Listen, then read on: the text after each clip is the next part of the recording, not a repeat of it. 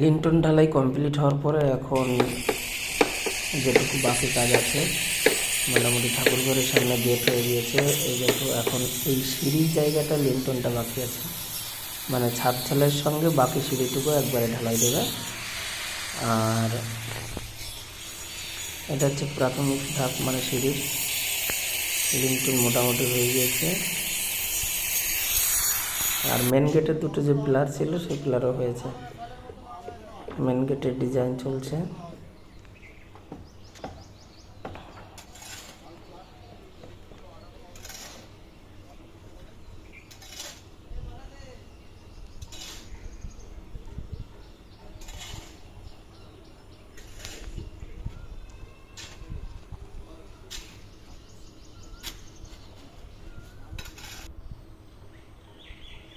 Main গেটে centering complete, জানলারও centering complete হচ্ছে।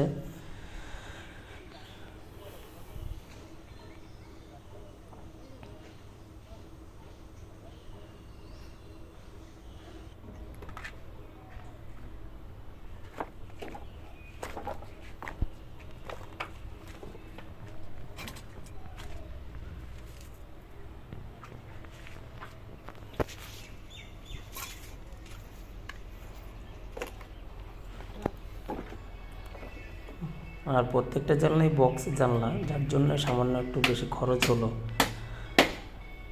Simple জানলা করলে অসুবিধা ছিল না, খরচটা একটু কম হতো।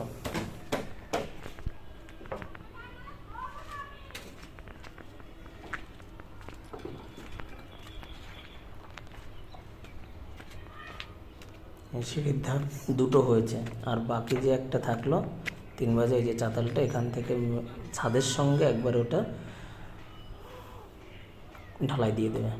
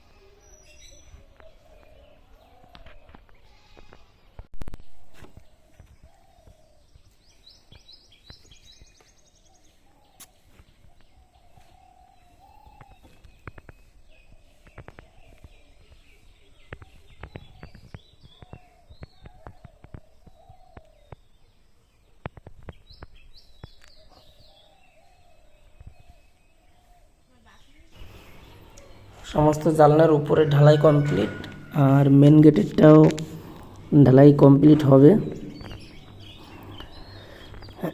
মেন গেট হলেই তারপরেই আমাদের ছাদের সেন্টারিং শুরু হয়ে যাবে।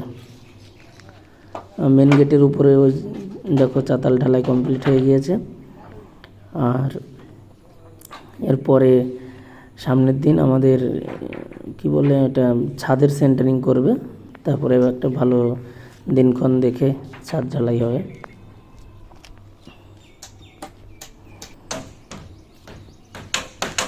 ছাদের সেন্টারিং শুরু।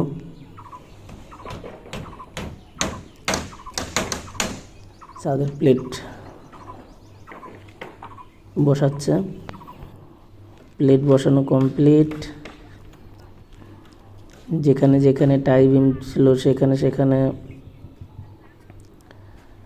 টাই বিম নয়, লিন্টন ঢালাই। আর ছাদের উপরে যেখানে ঢালাই থাকবে সেই জায়গাগুলো যে ছেড়ে দেওয়া আছে বিমের জায়গা, এটা হচ্ছে মেন গেট। মেন গেট একদম ছাদের সঙ্গে ক্যান্টিলেভার একটুখানি বাড়িয়ে দিয়ে মোটামুটি 3 ফুট 4 ফুট বাড়ানো হবে ক্যান্টিলেভারের সঙ্গে এই দুটো একবারে সেটিং হবে।